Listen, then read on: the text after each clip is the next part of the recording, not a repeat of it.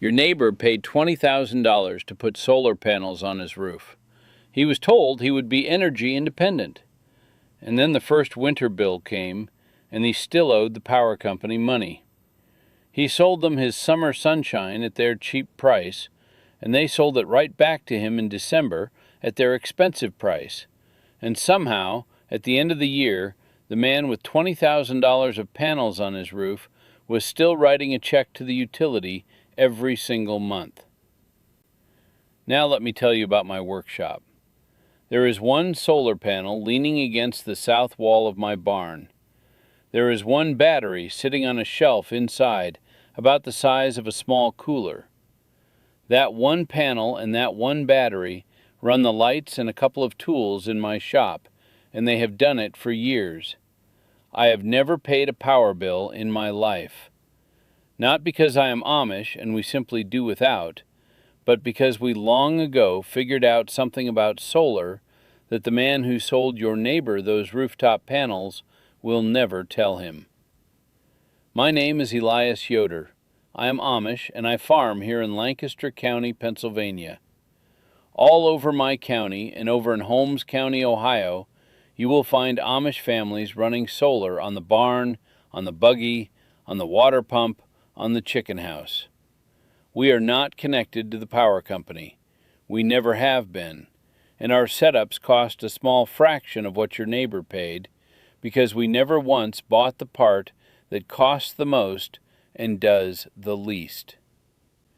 Today I'm going to show you the exact setup. 4 parts, a few $100s, an afternoon of work. No contractor, no permit, and you never touch the wiring already in the walls of your house. I'm going to tell you what each part does and what it costs, and I'm going to show you the one thing in your home that is the perfect place to start.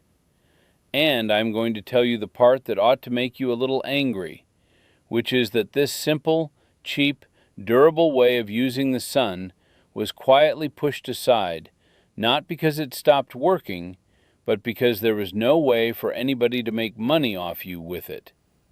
Stay with me. This one is worth your time, especially heading into the summer.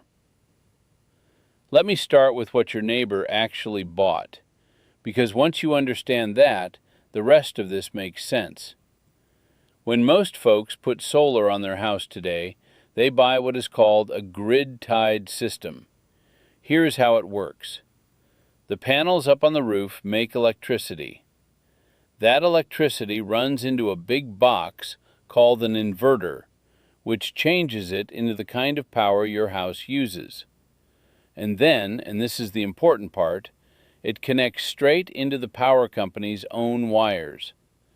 The electricity your panels make flows out onto the grid, and the power company keeps track of it and gives you a credit for it. Now that sounds fine. Here's the problem with it. In the summer, when the sun is high and your panels make more than you use, all that extra flows out to the power company. They credit you for it, but often only at their cheap wholesale price. Then in the winter, when the sun hangs low and your panels make less than you need, you pull power back from the grid, and they charge you for it at their expensive retail price. You sold low and you buy back high, and the whole difference goes right into their pocket. They call it net metering. Your neighbor called it being told he was independent and then getting a bill anyway.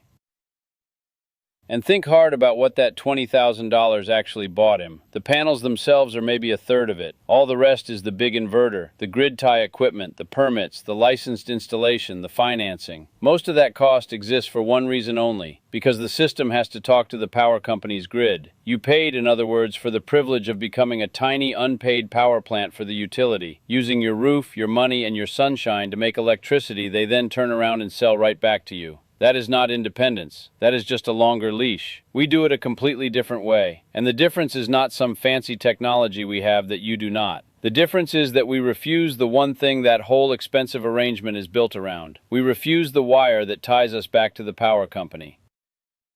Here's the way we do it, and the way you can do it too. There are only 4 parts, and I'm going to tell you what each one does so that you actually understand it and are not just buying a box a stranger told you to buy. The first part is a solar panel. For a starter setup, a single 100-watt panel is plenty. That is a panel about 2 feet by 4 feet, the kind you have surely seen on a camper or a boat. It costs somewhere around $75 to $100. The panel has just one job: to turn sunlight into electricity. That is all it does. No moving parts, nothing to wear out or break. The second part is a charge controller. This is a small box, costs around $25 to $30, and it sits between the panel and the battery. Its whole job is to manage the flow, to take the power coming off the panel and feed it into the battery in just the right way, so the battery does not get overcharged and ruined. Think of it as the valve that keeps the battery from drinking too fast. Small, cheap, and important. The third part is the battery. This is where the sun gets stored so you can use it after dark or on a cloudy day. For a starter setup, a 100 amp hour lithium battery, the kind they call lithium iron phosphate, which is the safe, long-lasting kind, runs you somewhere between $150 and $250. The battery is the heart of the whole thing. It is what makes the sun available at night. The panel fills it up all through the day and you draw from it whenever you have need. The fourth part is an inverter, but a small one, not the $8,000 monster hanging on your neighbor's wall. A small inverter, maybe 400 watts, costs around $40. Its job is to change the battery's power into the ordinary kind that your appliance plugs into. If the thing you want to run already runs on battery-type power, like LED lights or a buggy lamp or certain pumps, you may not even need the inverter at all. But for a normal household appliance, that small $40 inverter does the job just fine. And that is the whole system. A panel, a charge controller, a battery, and a small inverter. Add it all up and you are in the few $100 range, not the $20,000 range. And every single part is simple enough that you can understand it, replace it, and fix it yourself with hand tools. Now here's how you put it together, and I want you to notice how little there really is to it. You lean the panel against the sunniest wall of your house, or you set it on a simple frame out in the yard, the south-facing side if you have one, because that catches the most sun across the day. You run the wire from the panel in through a window or a vent. You connect the panel to the charge controller. You connect the charge controller to the battery. You connect the battery to the small inverter. And you plug your appliance into the inverter. That is the entire installation. An afternoon, a screwdriver, and a wrench. No permit because you have not touched a single wire in your house, and you have not connected one thing to the power company. This little circuit stands completely on its own, the very same way the lamp on an Amish buggy stands on its own. Its own panel, its own battery, its own job, answering to nobody. Now let me give you the honest safety word because I take this seriously and you should too. A battery holds a great deal of energy, and electricity deserves your respect. You want a fuse between the battery and the rest of the system, so that if something ever shorts out, it blows the fuse instead of starting a fire. You keep the battery somewhere dry and ventilated, not sealed up in a hot box. You use the right size wire for the load, and the instructions that come with the parts will tell you what that is. If you are ever unsure, you ask somebody who knows before you run it. None of this is hard, but you do it right. Respect the battery the way you would respect a sharp tool, and it will serve you well for years. And one more honest thing, this little setup is not going to run your whole house. It is not going to run central air conditioning. That takes far, far more power than a starter system makes. What it will do is run one specific job, one specific load, completely free and completely independent of anybody. And that, it turns out, is exactly how we have always done it. Here's the thing the rest of the country forgot, and it is the very heart of this whole video. The Amish do not try to power the whole house off one big system. We power one task at a time. One panel and one battery for the buggy lights. A separate panel and battery for the water pump. Another one for the lights in the shop. Another for the fence charger. Another for the washing machine. Each job gets its own little independent setup. We did not solar power the house. We solar powered the chores one at a time over the years as we could afford to. And that is the model I want you to take away today. You do not have to do your whole house this weekend. You do one thing. You pick the single best load to start with, and you set it free from the power company. And then, once you have done one, and you understand it, you go and do the next. So which load do you start with? I will tell you the very best one, and the answer might surprise you. It is your chest freezer. Here is why a freezer is the perfect place to start. A freezer does not run all the time. It cycles. It runs for a while, gets everything good and cold, and then it shuts off for a good long while before it ever needs to run again. And a full, well-insulated chest freezer, with the lid kept closed, will hold its cold for a day or more, even with no power at all. That makes it forgiving. It does not need a constant, perfect, unbroken flow of electricity. It needs power some of the time, and it can coast right through the gaps. And that is exactly the kind of load a small solar setup handles beautifully. Put your chest freezer on its own little solar circuit, and three things happen. The first, it runs for free off the sun from that day on. The second, and this one matters more than folks think, when the power goes out in the next big storm, and all your neighbors are hauling out a freezer full of spoiled meat to the curb, yours just keeps humming along like nothing ever happened, because it was never depending on the grid in the first place. And the third, you will have your first real piece of independence in your own home. Not the kind printed in the sales brochure, but the real kind, the kind you built with your own two hands, that no company on earth can take away from you or send you a bill for.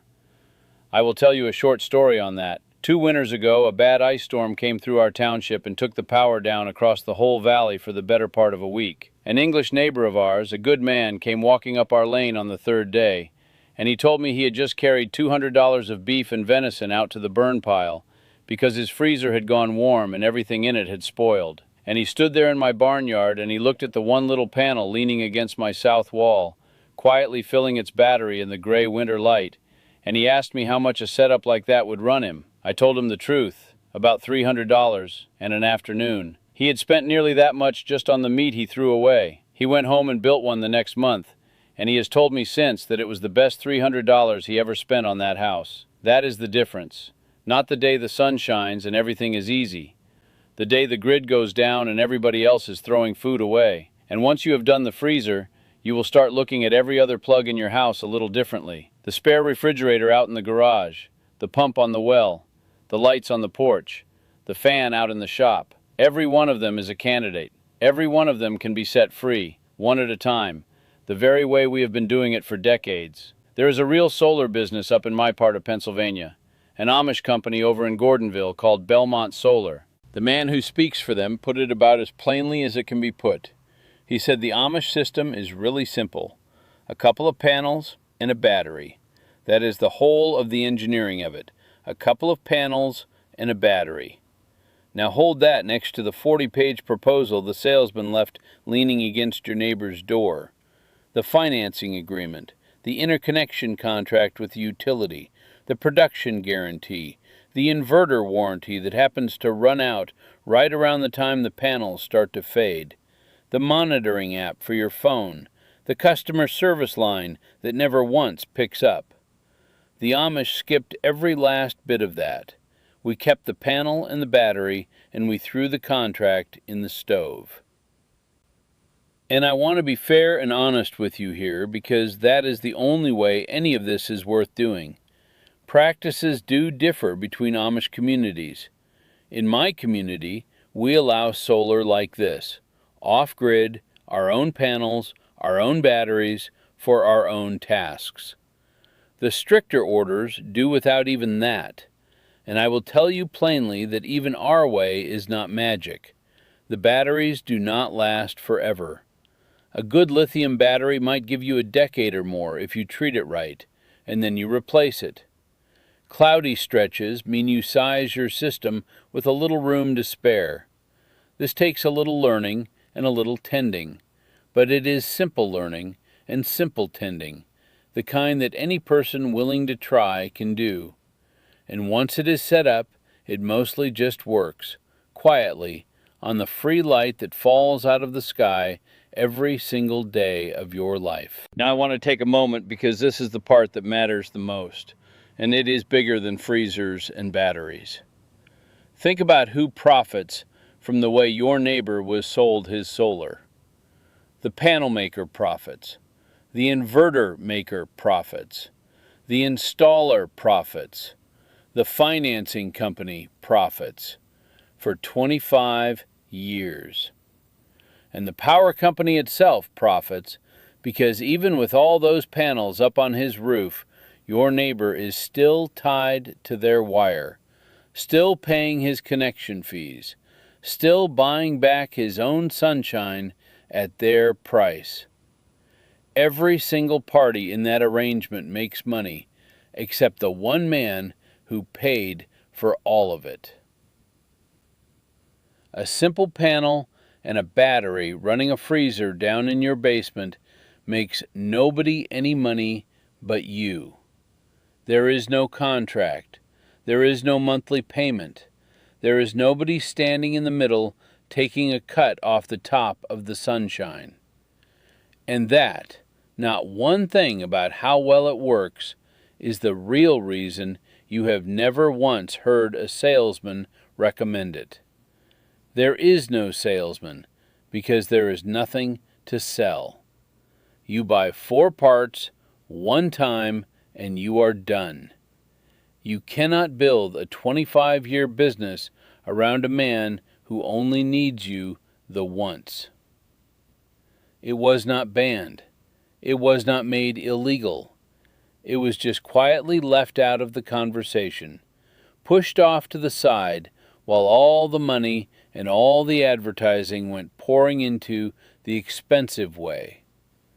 The knowledge was never destroyed.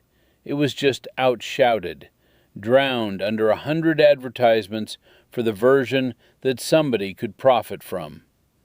And meanwhile, out here in the quiet, we simply kept right on doing the simple thing that worked. My bishop said something to me once that I have never been able to shake loose.